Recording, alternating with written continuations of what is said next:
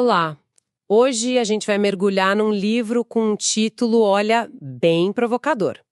Reprogramação para o Rejuvenescimento, do Vinícius Barroso Braga Júnior. Um título que já chama a atenção, né? Totalmente.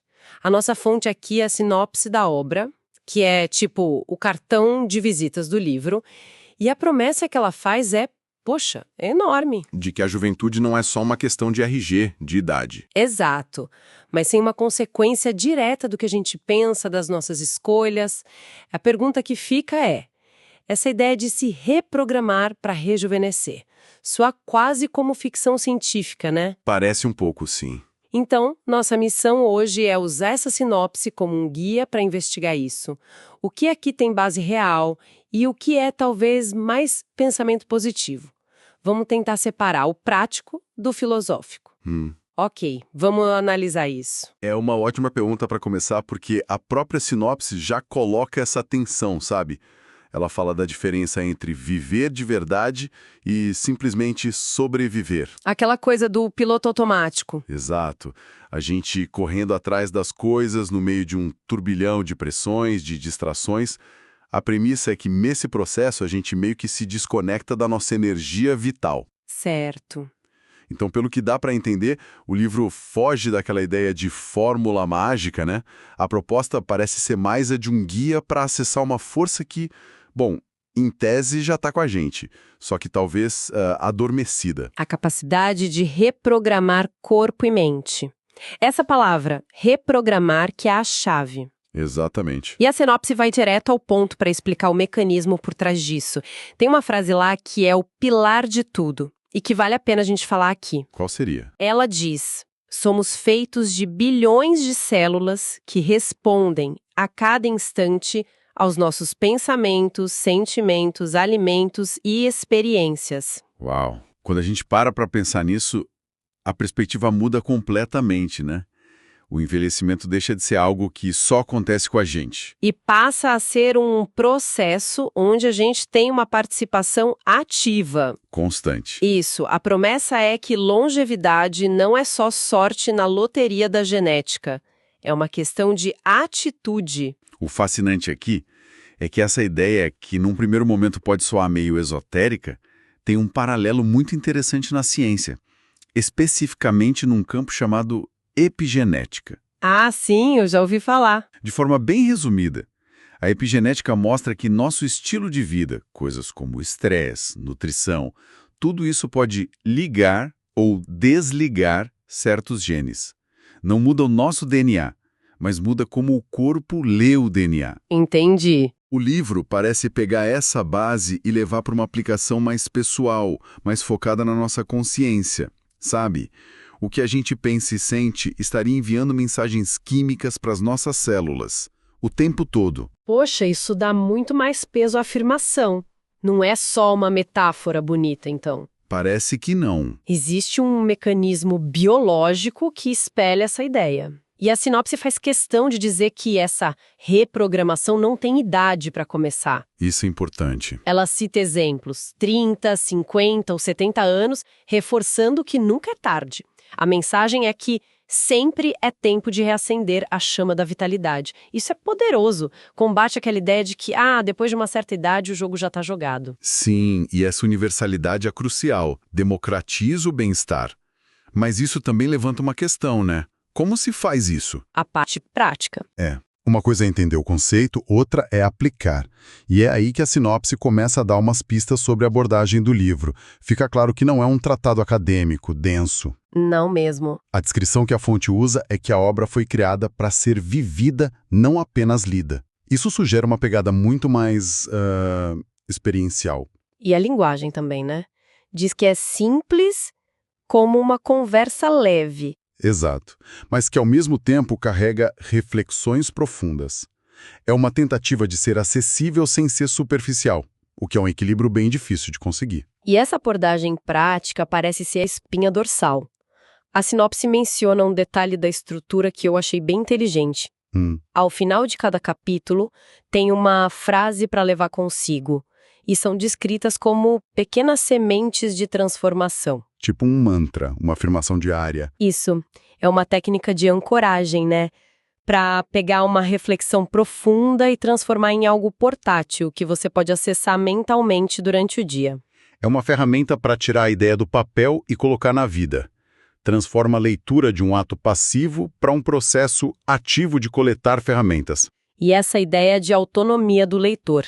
É reforçada por uma metáfora central que a sinopse apresenta. Ela diz que o livro é um mapa e que cada leitor é o viajante. Que decide o próprio caminho. Exatamente.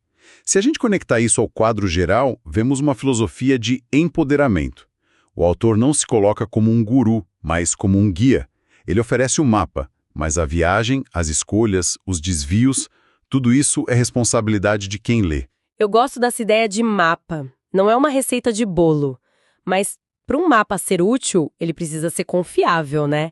A sinopse diz que a obra une ciência, experiência e reflexão. Essa tríade é bem interessante. Ciência sugere credibilidade, experiência sugere que foi testado na prática e reflexão aponta para o trabalho interno que cada um precisa fazer. E essa abordagem multifacetada é o que permite ao livro, pelo visto, integrar áreas diferentes do conhecimento. Mas falando em fontes de sabedoria, a sinopse revela uma que, olha, eu particularmente não esperava. Foi uma surpresa para mim também. É um movimento bem ousado do autor. Confesso que essa parte me pegou de surpresa, e aqui é onde fica bem interessante. A sinopse revela que um capítulo inteiro é dedicado aos ensinamentos de Jesus. Descrito como o maior mestre da humanidade. Isso.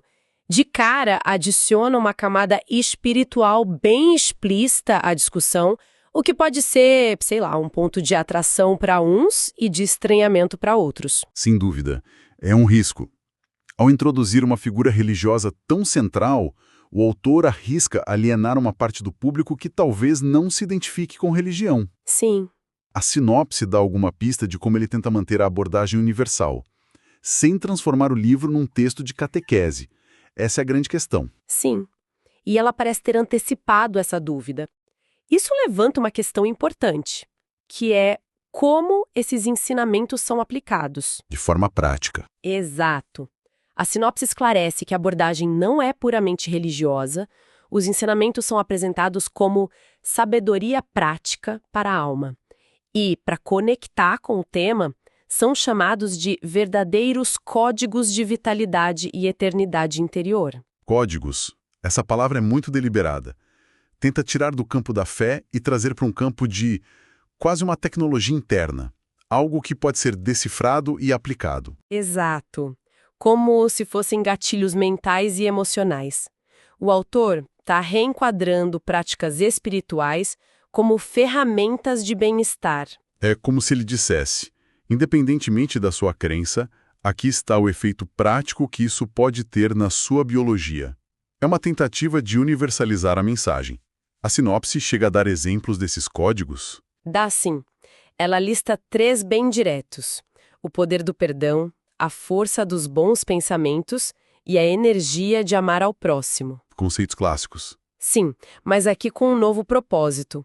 Não são só virtudes morais, mas, dentro da lógica do livro, são ferramentas que impactam a saúde celular. O perdão, por exemplo, não seria só um ato de bondade, mas um ato de limpeza interna. E isso faz muito sentido do ponto de vista da psicossomática. Guardar rancor, por exemplo, é um estado de estresse crônico. Libera cortisol. Exato, o corpo fica em alerta. Isso causa inflamação e acelera o envelhecimento.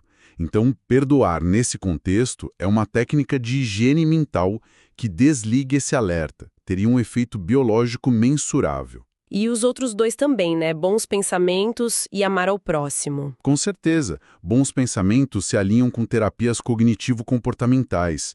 E amar ao próximo, a conexão social, está ligada à liberação de ocitocina, o hormônio do amor, que tem efeitos regenerativos. Então, o que tudo isso significa quando a gente junta todas essas peças? A conexão mente-corpo, o mapa prático, essa dimensão espiritual.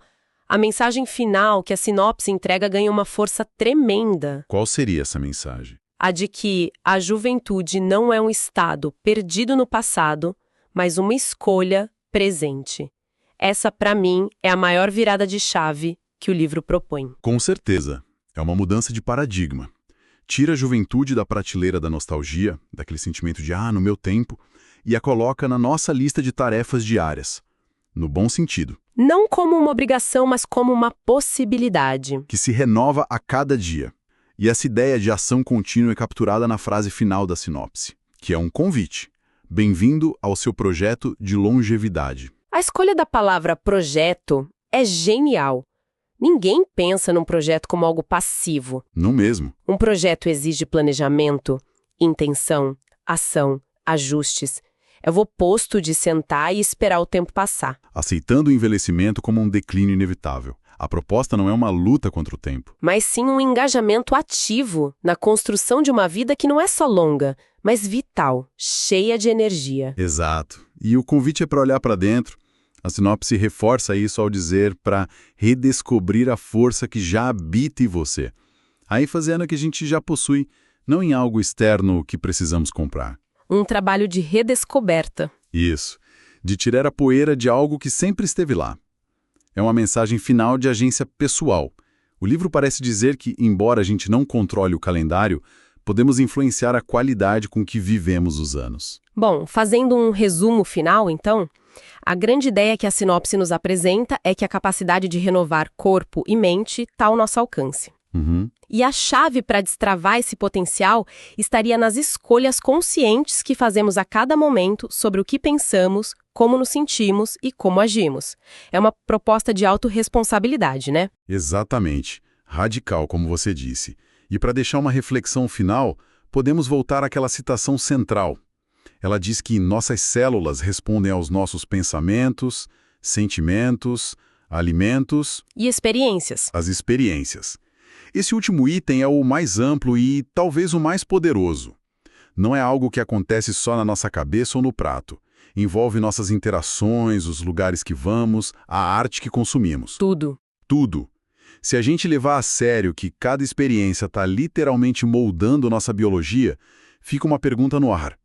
Qual seria a primeira experiência consciente que alguém escolheria criar ou revisitar para dar o pontapé inicial nesse projeto de longevidade? Seria algo grandioso ou um pequeno ritual diário?